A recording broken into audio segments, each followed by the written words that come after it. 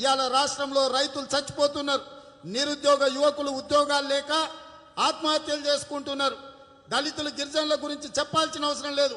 వైద్య సహాయం ఎవరికి పేదలకు అందుతలేదు.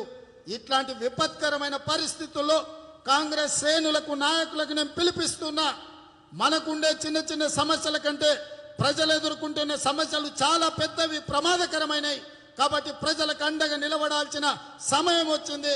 అందుకే శ్రీ రాహుల్ గాంధీ గారు, మల్లికార్జున్ ఖర్గే గారి నేతృత్వంలో నాయకత్వంలో జనవరి 26 నుంచి హాత్ సే హాత్ జోడో అభియాన్ కార్యక్రమాన్ని ఇచ్చిండ్రు. ప్రతి కార్యకర్త తండాలలో, గూడాలలో, మారుమూల పల్లెల్లో వెళ్ళాలి, ప్రతి తలుపు తట్టాలి, ప్రతి గుండెకు చేరుకోవాలి, ప్రతి మనిషిని అప్రమత్తం చేయాలి. రాష్ట్రం దేశం ఎదుర్కొంటున్న సమస్యల్ని వివరించి చెప్పి హాత్ సే హాత్ జోడో అభియాన్ కార్యక్రమాన్ని దిగ్విజయంగా ముందుకు తీసుకెళ్లాలి.